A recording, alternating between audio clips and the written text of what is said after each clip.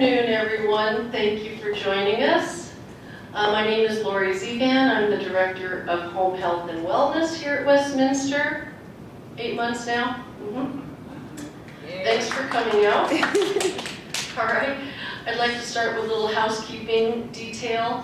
Does everybody have a survey card? If you do not, please raise your hand, and Sheila Vanna White will come around and give you one. Okay, because please, I implore you to please fill those out, all right? And if we see someone coming in late, we'll try to catch them, and you can just leave them behind and we will collect them. I think that's the best way. What do you say, Bonnie? Well, I was hoping to have someone on each door to grab them by the shoulders and say, Okay. give me your card.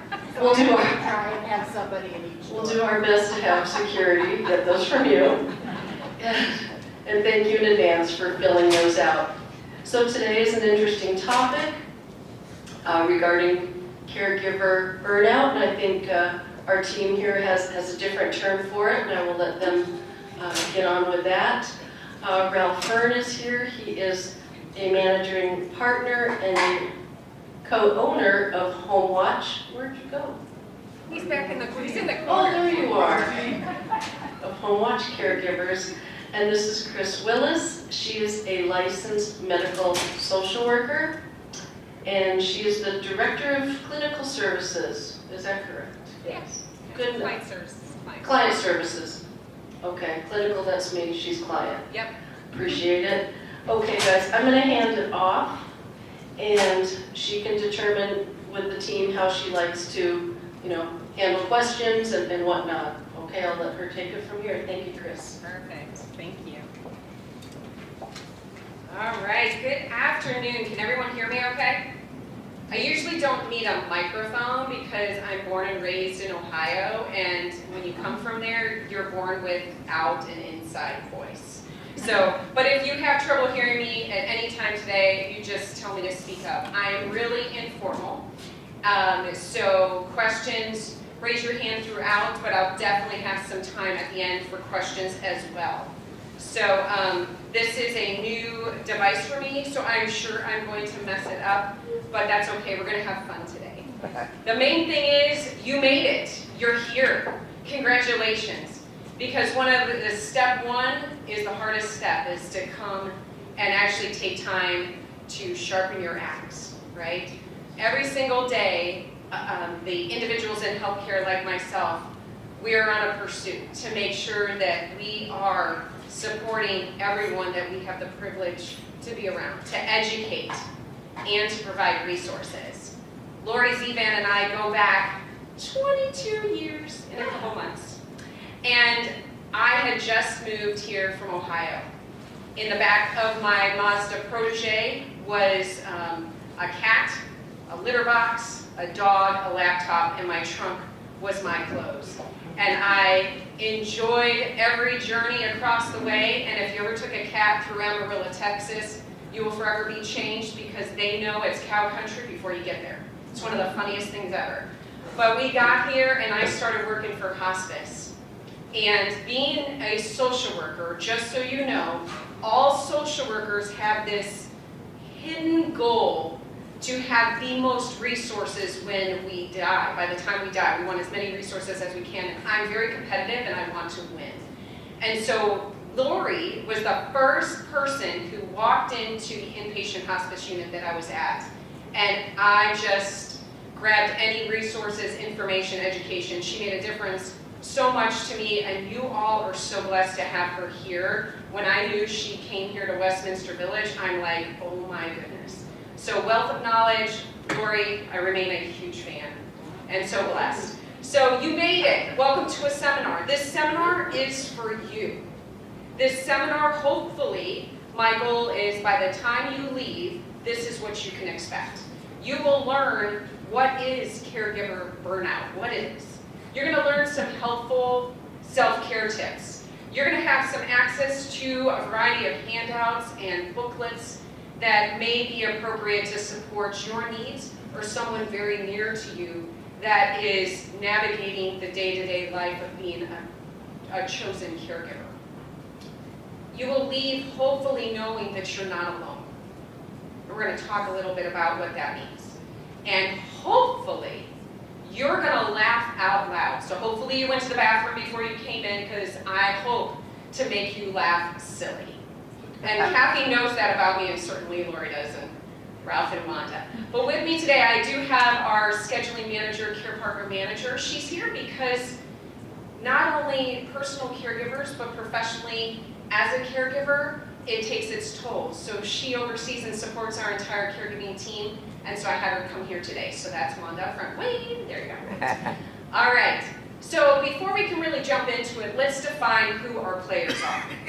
So it's yourself if you are a chosen caregiver for a dear loved one. But you're not just a caregiver, right? And that caregiver role may not have been there since day one, right? This is a kind of an assimilated position where you're added as a caregiver. Maybe you're a wife, maybe you're a husband, maybe you're a daughter, maybe you have daughters, sons, grandchildren, you're a friend. You're many things to many people. Caregiver is just one of them. But who is in your circle of support? I used to say, who are your family members supporting you? But let's be honest.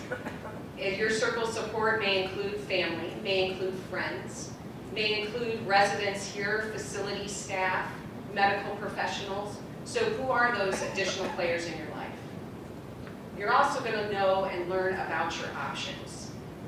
First and foremost, you do not have to be all things to all people. I'll repeat that. You don't have to be all things to all people. It's impossible. You can't do it. We're going to talk a little bit about being present versus active. Sometimes the biggest gift you can give someone as being their caregiver is just being present. You may not know what to say, but just being present makes all the difference in the world. It's okay to say no. Know that it's fine to not know. You don't have to know all things. It's okay to not know the answers. It's okay to tap into your lifelines. And it's okay to ask for help. Asking for help is actually a strength, it's not a weakness. And it doesn't mean you're giving up. There we go. Your body can speak. So let's do a little check-in on ourselves, right? So just because I didn't put in my eye drops before I left, that screen's a little small, so I'm going to read off this. So being a family caregiver, it's a great opportunity, or a caregiver to a friend, to bond with your loved one and ensure they receive the highest quality of care. However, caregiving can be an overwhelming job. Without needing to raise your hands, please think to yourself how many of you are caregivers or have been a caregiver. If you're a parent, you've been a caregiver. If you provided care for a family friend, you've been a caregiver. If you have a spouse or a dear friend that needs help and you're helping them out, you're a caregiver. Although rewarding, the toll of being a caregiver does take its toll. It's significant impacts in some cases. When I worked in hospice, oh my goodness. To qualify for hospice services, you need a condition that is life-limiting in nature. But oftentimes those caregivers that took care of their individual on hospice would fall and impact themselves, their wellness, before even the person receiving the care. They would get sick, they would get tired, they would have their own symptoms that were much more severe and sudden than those living under the hospice umbrella. As a caregiver, there's risk of self-neglect, not taking care of your own medical or mental health needs. The risk of losing income. Some people are still working and being a caregiver at the same time. The risk of losing your employment, or risk of losing those activities that bring you joy and pleasure. Losing your independence, not being able to get out and about. There's a lot of things to consider. So that's why truly we are focusing in on what caregiver burnout looks like. So let's define it. The Mayo Clinic, wonderful, wonderful resource out there, defines caregiver burnout as a state of physical, emotional, and mental exhaustion.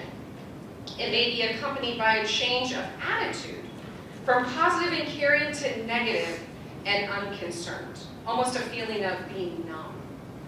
Burnout can occur when caregivers don't get the help that they need, or they try to do more than they are able physically, financially, and I'll add in mentally.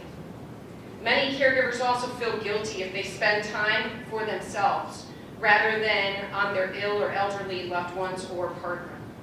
Caregivers who are burnout may experience fatigue, stress, anxiety, and depression. It is real. Then you add in pandemic fatigue and all these other point words that come up, it is definitely taxing. So again, we're just going to take a pause, and I am all about humor, okay? So we're going to talk about the importance of not doing the job alone. And hopefully, I have my little sheet.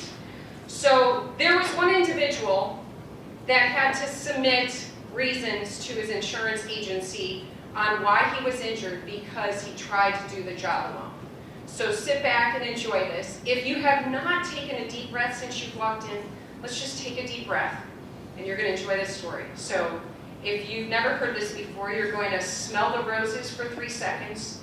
You're going to hold the smell of the roses in your nose for 3 seconds, and you're going to blow out the candles. So we're going to go ahead and do that.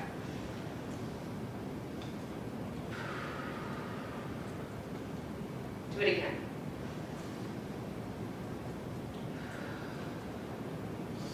One more time. Are you ready for this story? And again, I hope you went to the bathroom before I read it.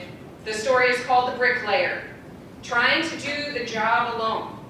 Dear Sir, I'm writing in response to your request for additional information for my insurance claim. In block 3 of the accident claim form, I wrote trying to do the job alone as the cause of my accident. You said in your letter that I should explain that statement more fully. I trust details that I have wrote will be sufficient to answer your question. I am a bricklayer by trade. On the date of the accident, I was working alone on the roof of a new 6-story building. When I completed my work, I discovered that I had about 500 pounds of bricks left over. Rather than carrying the bricks down by hand, I decided to lower them in a barrel by using a pulley which was attached to the side of the building at the 6th floor level. Securing the rope at the ground, I went up to the roof, swung the barrel out, and loaded the bricks into it. Then I went back to the ground and untied the rope, holding it tightly to ensure a slow descent of the 500 pounds of bricks. You will note in block 22 of the claim form that my weight is 150 pounds. Due to my surprise at being jerked off the ground so suddenly, I lost my presence of mind and forgot to let go of the rope. Needless to say, I proceeded up the side of the building at a very rapid rate of speed. In the vicinity of the 3rd floor, I met the barrel coming down. This explains for my fractured skull and collarbone. Only slightly, I continued my rapid descent, not stopping until the fingers of my right hand were 2 knuckles deep into the pulley. By this time, I had regained my presence of mind and was able to hold tightly to the rope in spite of my pain. At approximately the same time, however, the barrel of bricks hit the ground and the bottom fell out of the barrel. Devoid of the weight of the bricks, the barrel then weighed approximately 50 pounds. I refer you again to the information in block 11 regarding my weight, 150 pounds, right? As you might imagine, I began a rapid descent down the side of the building in the vicinity of the 3rd floor. I met the barrel coming up. This accounts for the 2 fractured ankles and the lacerations of my legs and lower body. This second encounter with the barrel slowed me enough to lessen my injuries when I fell onto the pile of bricks, and fortunately, only 3 vertebrae were cracked. I am sorry to report, however, that as I lay there on the bricks in pain, unable to stand and watching the empty barrel 6 stories above me, I again lost my presence of mind and let go of the rope. The empty barrel weighed more than the rope, so it came down upon me and broke both my legs. I hope I have furnished information sufficient to explain why trying to do the job alone was the stated cause of the accident. Sincerely, a bricklayer, right? So the job of a caregiver is not that extreme nor that intense. But the importance of the story is that we should never do the job alone. It wasn't designed to be done alone and shouldn't be. And the taxing toll it takes on the body can be physically, emotionally exhausting. I thought that was a fun way to start the story. So let's move on a little bit. Let's touch into awareness of self, right? So be understanding of who you are right here, right now, because you're here, right? You can't change the past. The gift is you're present here for today, right? The future is upon you. So I hope that the next few slides that we're going to go through give you some tips to support you on your next steps of your journey. Be your own best friend. Like yourself. It makes it easier when you face life happenings. Take an internal poll right now. How are you feeling about yourself? Communicate with others. Don't do this alone. Hopefully one of the takeaways today is that you do realize that you are not alone, that there's many. There's many that are not even here in the room, but there are many and you're not alone. Communicate, talk to somebody. Be aware of your sweat stressors, your behaviors, and your emotions. What or who drives you crazy? I drive Ralph crazy. It's so fun. Every day. Beginning of the day, end of the day, it's so fun, but we have a good time. We figure out how to make it work, right? But remember, you're not alone. Just be aware of those things that may rattle you a little. And I jest about that. Working with Ralph is the absolute most gift. What or who makes you feel good? Now that's when I should talk about Ralph. He can brighten anyone's day. The man sings in the office. He can bust a song. He hears one word, and he can not only name the tune, but he can sing a song along with it, with the voice and the vocals to support it. So know who or what makes you feel good.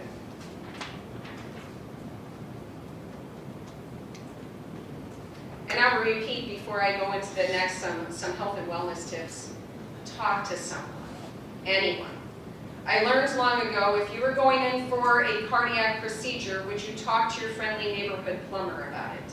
No, you would talk to a cardiologist or your primary care physician, right? So make sure you're talking to the right individuals to truly support you in a positive and influential way, or who will hear you and allow you to be in the shadows of the depression or the sadness that you're experiencing or the frustration, that will actually listen to you and walk you through to that better spot. Health and wellness tips. This is good for anyone. So again, we talked about those roles that you hold, not just as a caregiver, but as a parent, a grandparent, a friend.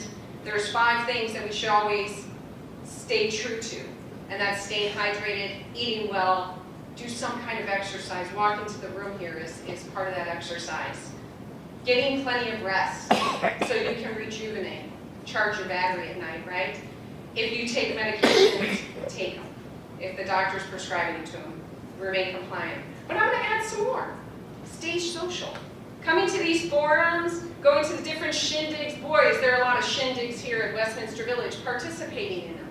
Or just go outside. One of my favorite places when I used to come here and visit, number one, the cafe had such a delicious tuna melt. I would come and get a tuna melt there and sit out in the gazebo and just enjoy the water and the people coming through and visit, or sitting inside on the sofa or one of the tables in there and visiting the many people that would come by. Be social. Set reasonable goals. When was the last time you actually did something that gives you pleasure? And when I say pleasure, like those things, maybe you like puzzles. I love puzzles, jigsaw puzzles. Or go to the movies. Or just go and have tea with a friend. Maybe set a goal for once a week to do that. For even if it was 20 minutes.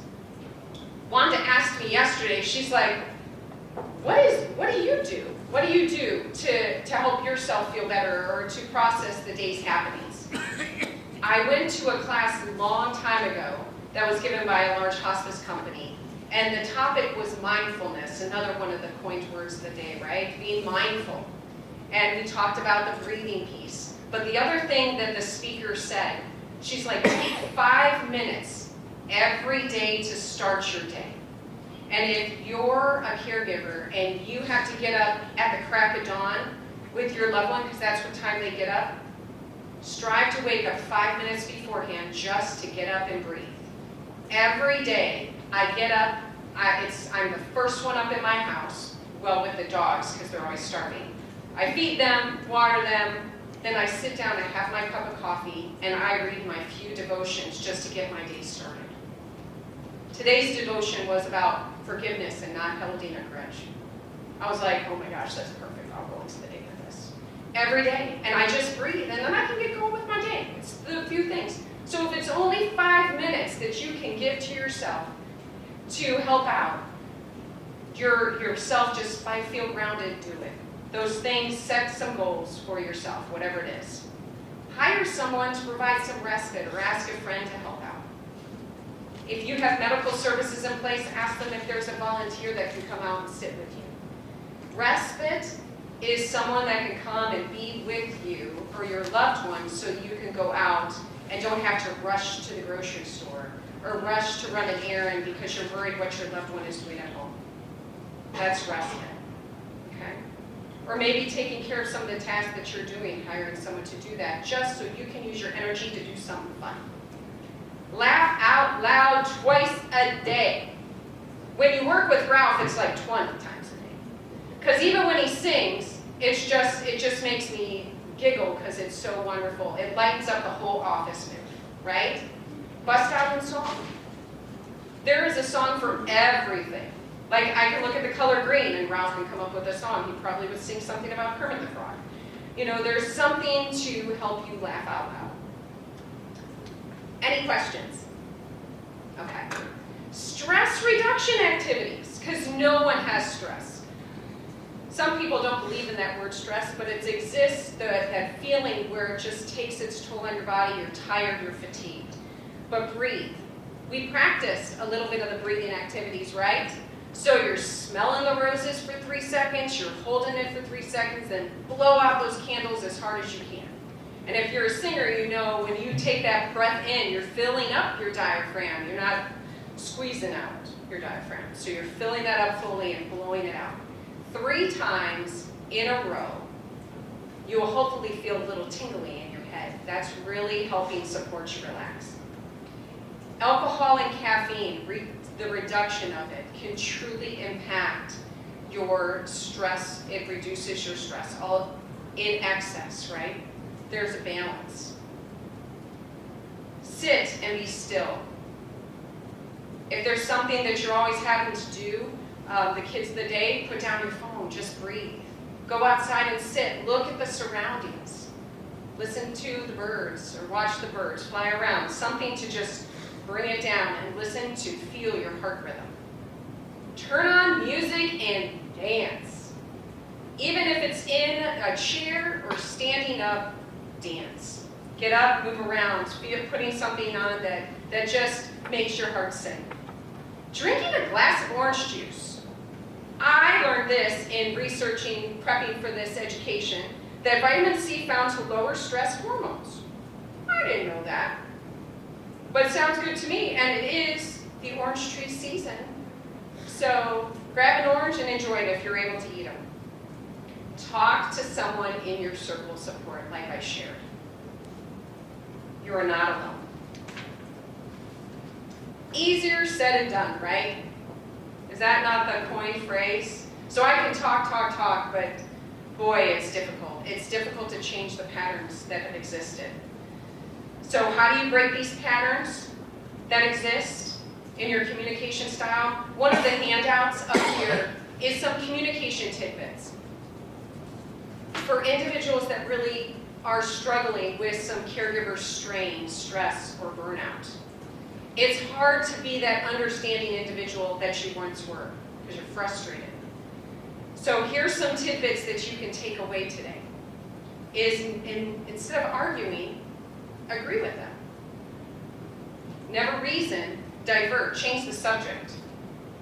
Instead of shaming, distract. Oh my goodness, did you see blah, blah, blah's granddaughter the other day? Distract, right? Instead of lecture, reassure. Because sometimes the agitation of an individual comes from them feeling insecure. So reassure them. I can't begin to imagine how you feel, honey. That's a lot to bear. And then change the subject. Never say, I told you, or I told you that 5 times, or to remember. Instead, repeat it, just like it was the first time.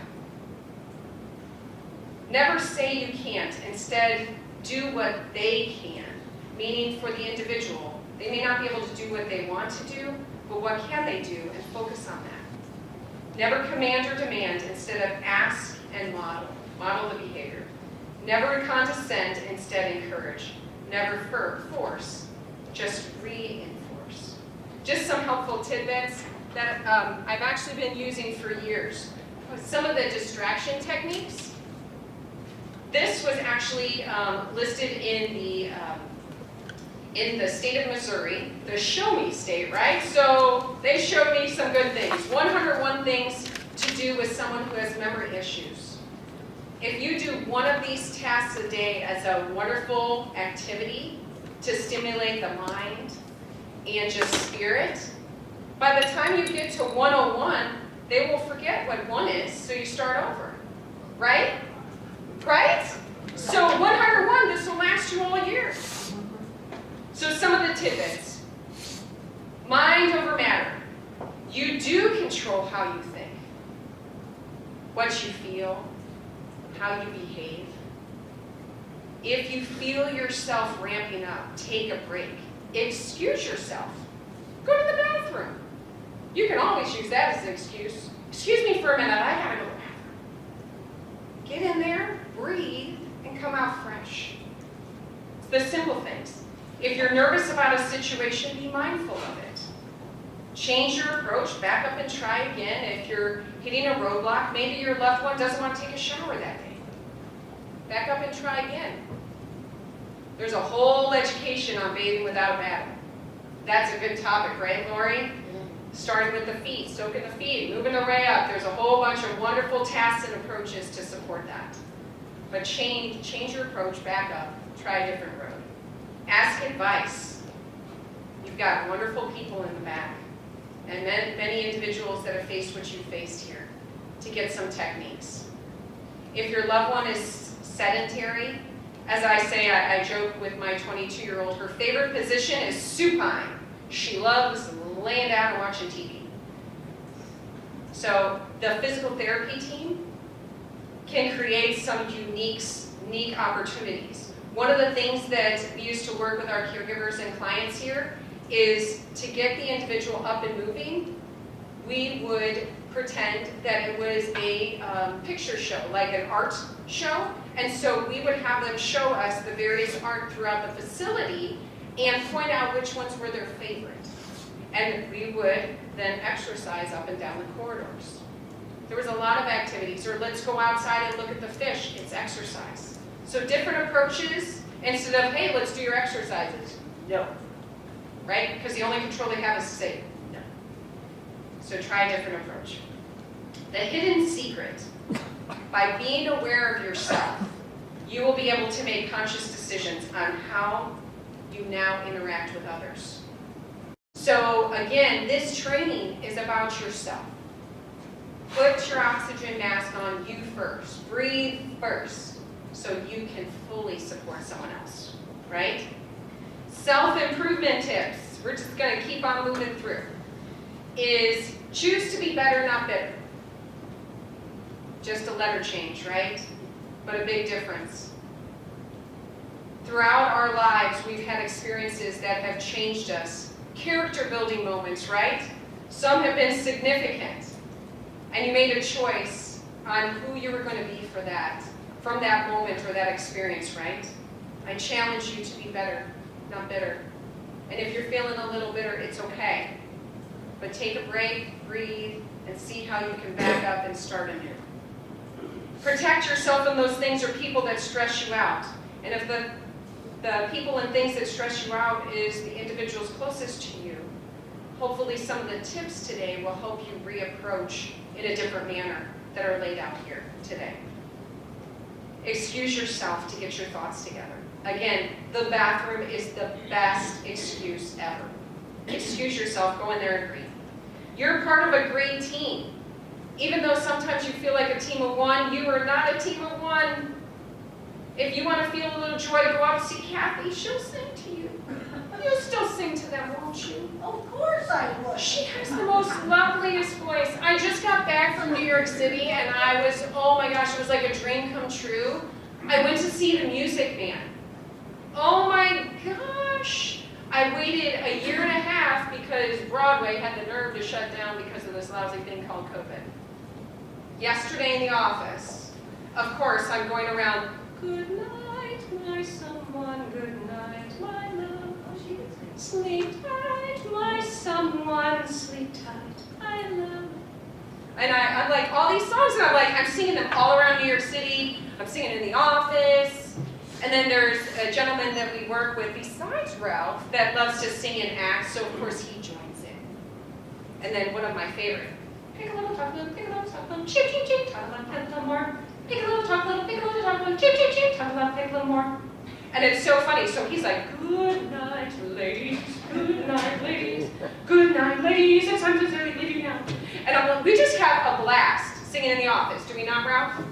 It's just a good time. Bust out the song. You are part of a great team. So go see Kathy. Go see Lori. Go see Sheila. Talk to someone. Talk to your neighbor. Talk to your friends. Purposely go eat the tuna melt in the cafe. Hopefully they cook it still delicious. Has anyone had it lately? No? Oh, so good. Coping through the difficult challenges, the character building I talked about. Rise above or sink in quicksand. You have a choice. You're here, you've rose above. Keep it going. We're all in this together. Be assertive, not aggressive. When I went off to college, it was so funny. I came home my first quarter from Ohio State, and I always say I graduated with 2 degrees from Ohio State because one was not enough. I'm a big Buckeye. My husband's Buckeye. We have 2 kids that are there right now, a freshman, and I thought he was a sophomore, but apparently he has so many credits, he's already a junior. So, but we are big Buckeyes. But I came home, and I went from this kind of I wanted to learn how to be assertive, but I was aggressive. So I'm the strongest personality in my family. I know that's completely shocking for you all. But I came home and my mom, the wonderful submissive mom I have, she's like, what is that? Your attitude. So learning, and I was like, wow, my mom just called me out.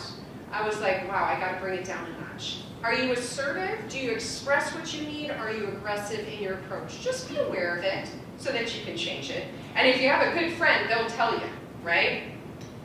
This is not, though, an in-service of standing up for yourself or speaking your mind.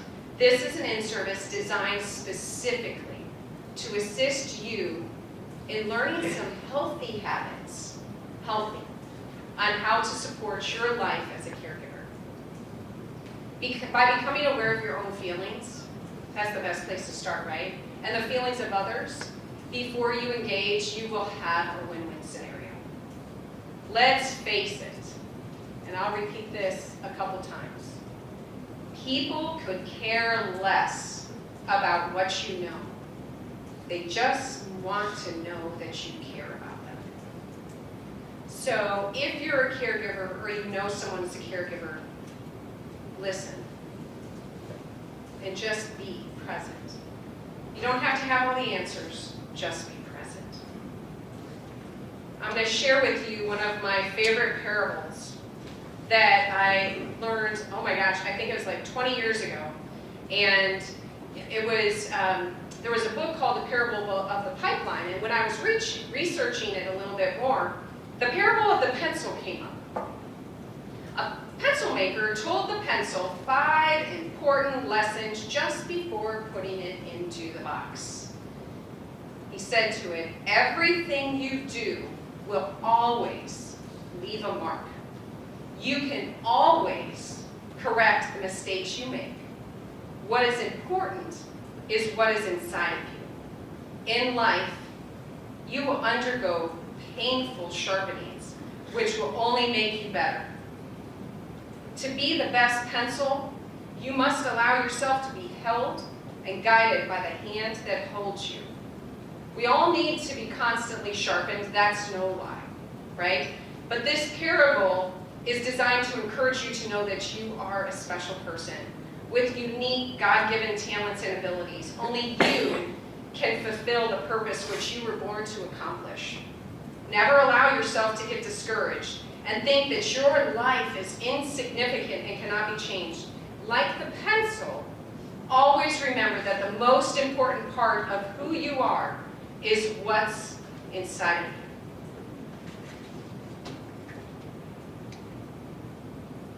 That's it. That's it. Do you guys have any questions? Sure, go ahead. You made a comment about not arguing with the person. One of the things that I've found out is people are Oh, okay, it's coming up. We want everyone to hear you. My name is Larry, and Hi, I have found that through the years when I'm in an argument, either with my bride or anyone else, in order to keep it going in a positive direction, she makes a statement. I could either argue or say, and the way that I deal with that is I say, you could be right, and walk away. And that's it. That's the end of the conversation. Yeah, You yeah. could be right. And I think that that is a very important concept in dealing with people that you don't want to get into an argument with. You could just be right and walk away. Best advice ever. Best advice ever. Thank you. Yes. What is the average cost for a caregiver nowadays? You know, it really depends. So average cost with minimum wage going up here, you could say it's from probably $30 all the way up. It can go on from there. It depends on the care that you're looking. So 30 to 50, the shorter the shifts, probably the higher the cost. The more you have someone, probably the lower the cost, but 30 to 50. And there's, just so you know, to have care, there's a variety of resources. Not all have to be private pay. Long-term care insurance, veteran services with the aid and attendant program. If you're involved with Jewish Family Services as a Holocaust survivor, there's some benefits through there. There's a variety of resources out there that support some personal care, but 30 to 50. Great question. Other questions? Go ahead, Larry. Quickly, what are the services that you're going to provide for us as long-term life care services? Oh, why don't I talk to you separately on that? Yeah. And we'll finish this program. Yep. Are you good? then? Yeah, I'm good. I'm good. Thank you. Let me just say thank you to Chris for her wonderful program. I didn't tell her what these were. Oh, come back. Okay. Yeah, come back. I looked them up, but I don't know. Yep, I'm sorry about that. So here's the 101 things to do. This is the communication suggestions. You can put it in your wallet. And then here's some tasks that, services that are non-skilled that can maybe be provided. And I know some of those services are here. Then I brought in 3 books. I wasn't sure what you guys wanted. So this one is a guide to navigating difficult discussions with your loved one. This one's a guide to living with dementia. And this is a guide for seniors on health and wellness. So all 3 of these are up here. Please take them as you wish. Very good. I think the pencil parable is going to stay with me. I like that one. Everything, yeah, you have some great tips for us. And if there's no further questions, please don't forget to fill out your surveys. And I want to thank Chris, Ralph, and Wanda for coming today from Home Watch Caregivers to the Home Health Series Talk. All right, thank you, everybody.